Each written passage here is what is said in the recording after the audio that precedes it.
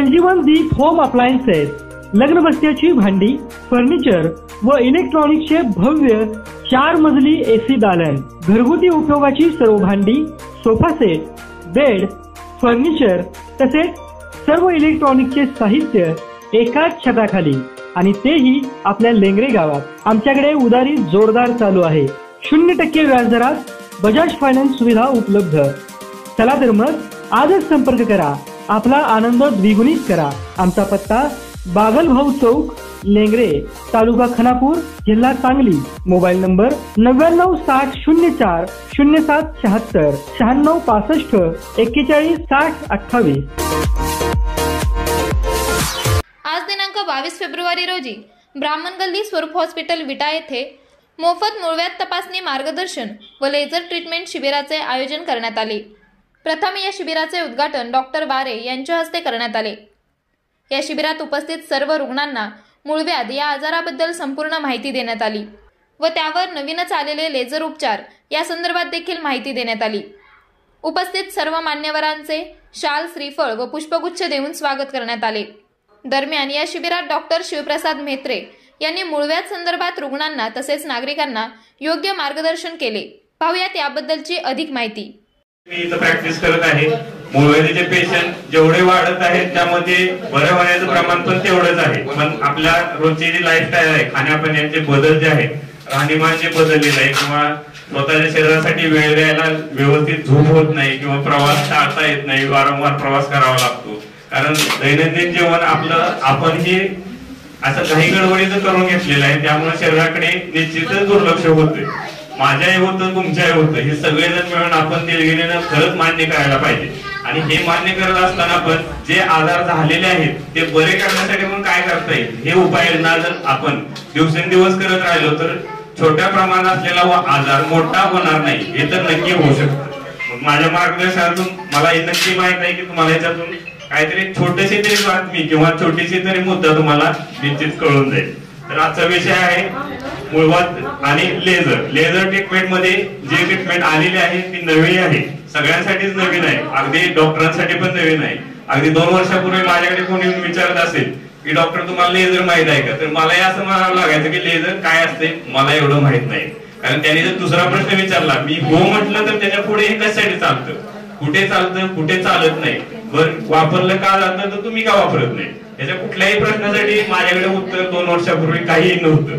मग त्याचा अभ्यास दिवसेंदिवस जसा वाढत गेला, माझा वाढत गेला, तंत्रज्ञान जसं विकसित होत गेलं, नवीन नवीन टेक्नॉलॉजी येत गेल्या, त्याच्यानंतर मग त्याच्यातून डेव्हलपमेंट जी होत गेली त्या प्रगती अनुसार आता लेझर ट्रीटमेंट ही मूळव्याधासाठी मोस्ट म्हणजे सगळ्यात यशस्वी ट्रीटमेंट असल्यासारखी झालेली आहे. मूळव्याधीचे जे काही ट्रीटमेंटचे मुद्दे आहेत किंवा पद्धती आहेत त्याच्यामध्ये बऱ्याच ट्रीटमेंट अशा आहेत की त्याच्या लिमिटेशन्स आहेत, म्हणजे मर्यादा आहे. ती ट्रीटमेंट पूर्ण जरी केली तो आजार पूर्ण बरा होईल याची गॅरंटी कोणी देऊ शकत नाही. म्हणूनच आपल्या बोली भाषेमध्ये कुठे जरी गेले, कुठेही चर्चा केली तर तुम्हाला कानावर एक शब्द येतो, मूळव्याध नाही बरा होत, कुठे जावा काही करा, पण असं होत नाही. त्यातले काही प्रमाणातले पेशंट आहेत ते बरे होत नाहीत, पण काही होतात ते 100% बरे होतात. म्हणजे कुठले बरे होत नाही आणि कुठले बरे होतात हे जर आपण समजावून घेतलं तर आजाराची माहिती पण होईल आणि कुठल्या आजाराबद्दल आपण काही गांभीर्याने घ्यायला पाहिजे किंवा कुठली ट्रीटमेंट कितपत घ्यायला पाहिजे हे नक्की कळून जाईल. तर ह्या स्लाइड शोद्वारे मी तुम्हाला पुढील माहिती सांगतो. लेझर ट्रीटमेंट ही अशी ट्रीटमेंट आहे की ज्याच्यामध्ये एकदम लहानशी अशी नळी असते, त्याच्यातून लेझर आतमध्ये शरीरात सोडलं जातं आणि त्याच्यातून वाढलेला भाग आहे तो कमी होत जातो. आता लेझर ट्रीटमेंट करण्या अगोदर कोणाला करायची कोणाला नाही याच्यामध्ये जे वारंवार तक्रार जे आहे किंवा वारंवार जे काही लक्षण आहे त्यानुसार लेझर ट्रीटमेंटला योग्य व्यक्ती आपण शोधून काढतो किंवा त्याची ट्रीटमेंट करून किंवा त्याचे योग्य उपचारासाठी कोणाला घ्यायचं ते बघून घेतो. याच्यामध्ये मेन लक्षणे कुठले असतात बघा, वारंवार बद्धकोष्ठता होणे, शौचाच्या ठिकाणीच तक्रार असणे, शौचाच्या जागी पुय निर्मिती होणे किंवा पुय रक्त स्त्राव होतो, शौचाच्या दरम्यान किंवा नंतर, त्याच दरम्यान किंवा त्यानंतर रक्तस्राव होतो किंवा सतत वेदना होत राहतात. आता वेदना जो भाग आहे, कुणालाही वेदना झाल्या तरी तो प्रत्येकाची सहनशक्ती किती जरी चांगली असेल तरी वेदना सहन करण्याची एक मर्यादा असते, त्यानंतर माणूस वेदना सहन करू शकत नाही. कितीही चांगला असेल, अगदी मस्क्युलर धडधाकड ज्याला आपण म्हणतो तो जरी असेल तरी वेदना सहनशक्तीची असते, ती मानसिकता आपली ढासळते आणि हा व्याधी वेदनेमुळे मानसिक व्याधी झाल्यासारखा पण होऊन जातो. त्याच्यामुळे अधिक वेदना जर सहन कराव्या लागल्या तर त्यानंतर जे उद्भवणारे धोके आहेत ते पण वाढत जातात. आता पुढचं लक्षण आहे ते वारंवार मलप्रवृत्ती होणे आणि शौचाच्या दरम्यान रक्तस्राव होणे. आणि शौचाच्या दरम्यान रक्तस्राव झाला की त्यानंतर दिवसेंदिवस ती जागेच वाढ होत जाऊन ती जागा बाहेर येते. आणि बाहेर आल्यानंतर जागेला आपण बोली भाषेमध्ये चुंबळ म्हणतो किंवा गाठ बाहेर आल्यासारखे म्हणतो किंवा संडास झाल्यानंतर काहीतरी बाहेर येते. ते आतमध्ये जात नाही, ढकलावं लागतं, ढकलून पण आत राहत नाही, पुन्हा तसंच बाहेर राहतं. अशी अवस्था झाली तर मूळव्याधीची ती चौथी अवस्था असते. त्याच्यामध्ये आपण बऱ्याच वेळा ट्रीटमेंट केल्याशिवाय पेशंटला बरा होत नाही. ही झाली मूळव्याध आजाराची प्रमुख लक्षणे. आता ही लक्षणे सांगितली पण त्याच्यामध्ये लक्षणानुसार नेमकं होतं काय हे बघण्यासाठी म्हणून इथं एक पिक्चर तुमच्या समोर आहे. त्याच्यामध्ये 1, 2, 3, 4 अशी तर तुम्हाला आकडे सहज वाचता येतील. त्याच्यामध्ये खाली लिहिलेलं आहे की त्याच्या अवस्था आहेत मूळव्याधीच्या. ही पहिली अवस्था आहे, दुसरी अवस्था आहे, तिसरी अवस्था आहे, चौथी अवस्था. त्यात सहज तुम्हाला दिसून येईल की मधला जो भाग दिसतोय, दोन्ही बाजूच्या लाल रेषा दिसतोय, त्याच्यामधला पोकळीचा भाग दिसतोय. त्याच्या बाजूचा जो भाग आहे लाल टिपके दाखवलेले आहेत तिथे, ते मूळव्याधीचे रक्तवाहिन्या जे असतात त्या रक्तवाहिन्या दिवसेंदिवस जर फुगत गेल्या तर तिथला आजूबाजूचा भाग पण फुगतो.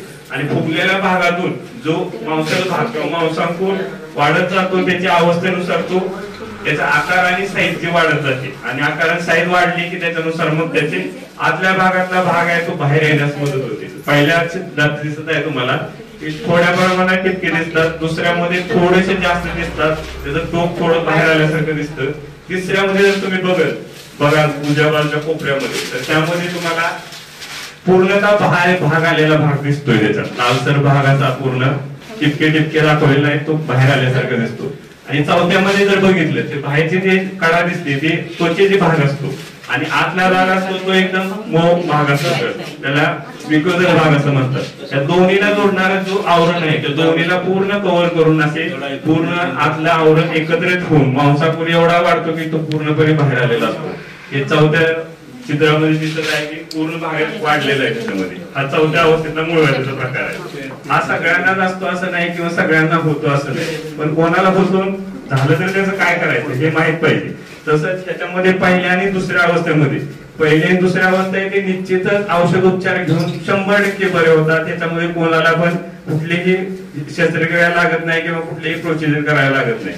फक्त आपण पहिल्या अवस्थेत काय खाण्यापिण्याचं तारतम्य सांभाळलं तर नक्की बरे होतात. दुसऱ्या अवस्थेत पण जर रक्त जात असेल तर त्याचे औषधे घेतले तर ते पण निश्चित बरं होऊन जातं. तसं ह्या झाल्या मूळव्याधीच्या अवस्था. पुढचा जो आहे प्रकार तो मूळव्याधी आपल्याला दिसतात, मूळव्याध जे दिसत नाहीत म्हणजे काय, ज्याचे लक्षण असतात. रक्त जातं, दुखतं, पोटात दुखल्यासारखं, संडाच्या जागेला भयंकर वेदना होतात, त्यावेळेला वेदना न होता रक्तस्राव होतो. आता अशी ज्यावेळी लक्षण असतील त्यावेळी तो मूळव्याध आहे म्हटलं तर आहे, नाही म्हटलं तर नाही. कारण काय आता तो दिसत नाही. दिसत का नाही तर आपण तिथपर्यंत जाऊन बघत नाही, कारण बघणं शक्य नसतं. तो आतल्या भागात मूळव्याध असतो. असे हे पहिल्या दुसऱ्या अवस्थेतली मूळव्याधी असतात. ते दिसत तर नाहीतच आपल्याला, फक्त संडासच्या वेळी त्रास देतात आणि तेवढ्या पुरत्याच वेदना उत्पन्न करतात आणि वेदना त्या अशा राहतात की ज्या सहन होत नाहीत त्याच्या. आणि त्यानुसार मग त्याचे 2 भाग पडतात की आतील मूळव्याध आणि बाहेर मूळव्याध. मला इथं दिसत असेल तो लाल जो टिपका दिसतोय बाहेरच्या बाजूचा आहे तो एक्सटर्नल म्हणजे बाहेरचा मूळव्याध आहे, वरच्या बाजूचा आहे तो आतील मूळव्याध आहे. आतील मूळव्याध जर एकदा वाढत गेला तर त्याच्यातून रक्तस्राव होऊन त्याचा आकार पण वाढत जातो आणि खालीपर्यंत येऊन त्याच्यामधून परत रक्त जाणे किंवा मांसांकुर वाढणे, बसल्यानंतर तिथे टोचल्यासारखे होणे, अस्वस्थता जाणवणे हे सगळे लक्षणं जाणवतात. आता ह्याच्यामध्ये मूळव्याधीचे प्रकारामध्ये हा भाग आहे आतून बाहेर आहे. आता नेमका आजार होतो का, बऱ्याच जणांना असं वाटतं की का आजार होतो. असा बरेच आजार असे आहेत की काय ठराविक कारणाने होतात किंवा वयोमानाने होतात. तर याच्यामध्ये काय वयोमानानुसार पण काही लक्षणं जाणवतात, काही जणांना स्त्रियांना पण जाणवतात, काही जणांना पुरुषांना पण जाणवतात. अगदी लहान मुलांना सुद्धा मूळव्याधीची तक्रारी जाणवतात. कशामुळे होतं तर संडासच्या जागेच्या ज्या काही तक्रारी आहेत त्या जर वाढत गेल्या तर त्याच्यानुसार तिथल्या रक्तवाहिन्यावर पडणारा दाब जो आहे तो दिवसेंदिवस वाढत जातो आणि तिथल्या रक्तवाहिन्या फुगून जातात. आणि रक्तवाहिन्या एकदा फुगल्या की तिथली कार्यक्षमता कमी होते. तिथल्या वॉल्स मध्ये ते छोट्या झडपा असतात त्या काम नीट करत नाही. आणि त्याच्या महत्वाचे मेन जे कारण असते की आपली पोझिशन जी आहे शरीराची, जे अपराईट पोझिशन म्हणतो, म्हणजे डोक्याचा भाग वरती असतो आणि गुदभाग आहे तो खाली आहे. त्याच्यामुळे तिथं जाणाऱ्या रक्तवाहिन्या ते रक्तचलन तिथलं नीट होऊ शकत नाही. त्यामुळे हा मुख्यतः माणसांमध्ये आढळणारा आजार आहे. प्राण्यामध्ये असं होत नाही. बरेच आजार माणसांचे असतात तसेच प्राण्यांचे असतात, अगदी औषधं पण माणसांचे असतात तसेच प्राण्यांचे असतात. मुळव्याधीचा आजार हा मुख्यतः माणसामध्ये त्यामुळे आढळून येत असतो. आता ह्याच्या होण्यामागची कारण काय आहेत, तर आपण खाण्यापिण्यामध्ये जर आहार व्यवस्थित नसेल, वेळच्या वेळी जर तुमचा आहार संडास साफ होईल असा नसेल, खाण्यामध्ये फायबरयुक्त डाएट नसेल, तर नक्कीच कॉन्स्टिपेशन म्हणजे कठीण संडास होणे, संडासच्या जागी खळा झाल्यासारखा होऊन संडास पास होताना वेदना किंवा सतत जोर लावून करावं लागणं, अशी जर क्रिया चालू राहिली तर तिथे दाब पडून तिथे मुळव्याध होण्याची शक्यता असते. आता लेझर ट्रीटमेंट नेमकं काय आहे? मी ज्यावेळी आता ही कॅम्प अनाउन्स केला, याच्याबद्दलची माहिती पत्रक बाहेर वाटली गेली, बाहेर बोर्ड लावले गेले, बरेच फोन आल्यानंतर प्रत्येकाचा 10 पैकी 6 ते 7 लोकांचा प्रश्न होता की लेझर ट्रीटमेंट म्हणजे काय, तुम्ही काय करणार आहात? लेझर ऐकलेलं असतं पण प्रत्यक्ष ट्रीटमेंट काय? मी पहिल्यांदाच बोललो की लेझर बद्दल जे पाहिजे तेवढी जागृती आता होत चाललेली आहे, कारण त्याची माहितीच नव्हती. आता जेवढी माहिती होईल तेवढी लोकांना पण माहिती होत चाललेली आहे. म्हणून मी त्यावेळी लक्षात आलं की माझ्या की आपण पण लोकांना सांगण्यासाठी पहिल्यांदा लेझर काय आहे, काय काम करतं, कशासाठी महत्वाचं ते उपयोगी आहे ते सांगायचं. तर लेझर ट्रीटमेंट ही आधुनिक तंत्रज्ञानातून झालेली असा एक बदल आहे, आणि त्याच्यामध्ये असं सोडून 3ऱ्या आणि 4थ्या अवस्थेचा जो भाग दाखवला त्या ठिकाणी लेझर ट्रीटमेंट केल्यानंतर तुला भाग आहे तो आकुंचन होतो. म्हणजे वाढलेला भाग मूळचा जेवढा पाहिजे असतो तेवढा आकुंचन झाला की तिथून रक्त होणे, दुखणे ह्या सगळ्या तक्रारी ऑटोमॅटिकली कमी जातात. आता लेझर ट्रीटमेंट मध्ये असतं तरी काय, तर एक छोटसे नळी असते, एकदम छोटी नळी असते, जी तार म्हणली तरी चालेल, तेवढ्या आकाराच्या नळीतून तिथून जे एनर्जी निघते म्हणजे उष्णता तिथून बाहेर निघते, तिथून जे उष्णतेला बाहेर आल्यानंतर तो स्त्रोत वाढलेला जो भाग असतो त्याच्यावरती काम करतो, आणि पुढचा वाढलेला भाग आहे तो तिथं आतल्या तिथं जिरवला जातो.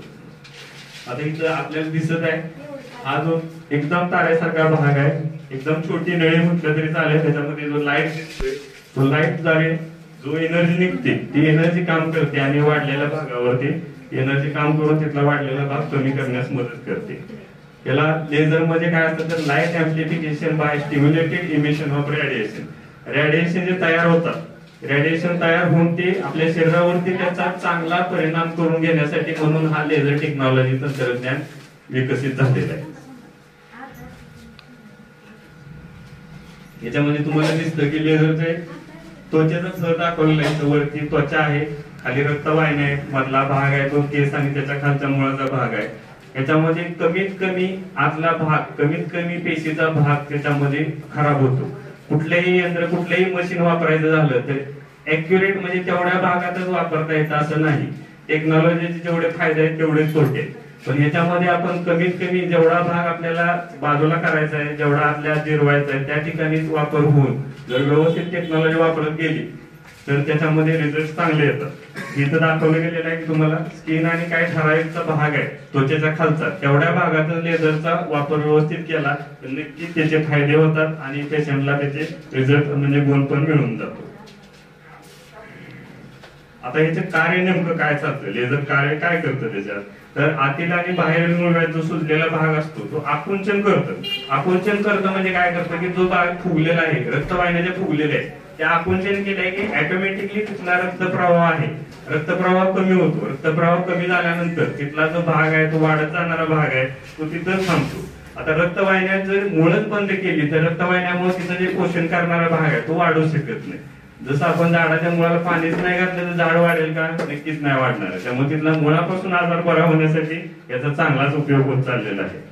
तसंच आता पुढचा मुद्दा म्हणजे परत हा आजार होऊ नये म्हणून काय होतं तर इथं मुळच जर त्याचे पूर्ण निघून गेले म्हणजे परत तिथला रक्तपुरवठा कायमचा जर थांबवून गेला तर त्याचा परिणाम असा दिसून येतो की परत त्याच्यानंतर परत कुठलेही मांसांकुर किंवा तिथं कुठलेही उच्छेद असा तयार होत नाही. आता काही जणांना असाही संबंध किंवा अशी शंका येत असेल की रक्तपुरवठा तिथला आपण थांबवला तर बाकीचं काय, रक्तपुरवठा पुन्हा चालणार का तिथला? तर नक्की चालणार, कारण रक्तवाहिन्या तिथं असं जाळं असतं की इकडून नाही रक्तपुरवठा झाला तर दुसऱ्या बाजूने जात असतो. वेगवेगळ्या ठिकाणाहून वेगवेगळ्या रक्तवाहिन्याचे छोटे छोटे जाळं असतं, तिथल्या जागेपुरता रक्तपुरवठा ह्या वाहिनीतून नाही तर दुसऱ्या बाजूच्या वाहिनीतून तो पूर्ण होतो आणि रक्तपुरवठा सुरळीत राहून तिथलं जे रोजचं जे काम आहे तिथल्या अवयवाचं ते का होण्यास काही. आता पायच का होतो, पायच होतो त्याचे कारण आपण बाहेर पडताना जी इजा होईल, ज्यावेळी इजा होईल त्यावेळी रक्तस्राव होतो. एरवी काय होते की इजा जर थांबून गेली म्हणजे रक्तस्राव होण्याचा तेवढा पिरियड जर निघून गेला तर ती जखम शरीर स्वतःहून भरून काढतं. किती वेळ भरून काढतं? जोपर्यंत पुढच्या वेळी इजा होत नाही तोपर्यंत. पण हा पिरियड आपल्याला माहित आहे 24 तासातून एकदा तर आपल्याला मलप्रवृत्ती होते, शौचास जावंच लागतं. त्यामुळे परत जर रिपीटेड म्हणजे परत जर इजा होत गेली तर अशा जखमा वाढत जाऊन तिथून रक्तस्राव दिवसेंदिवस वाढत जातो. पहिल्या दुसऱ्या अवस्थेत असं होत जाते की रक्तस्राव होऊन शरीरातले रक्त एकदम कमी होऊन जातं. पेशंटला हे कधी लक्षात येते की एखाद्या वेळी धाप लागते, चालताना दम लागतो.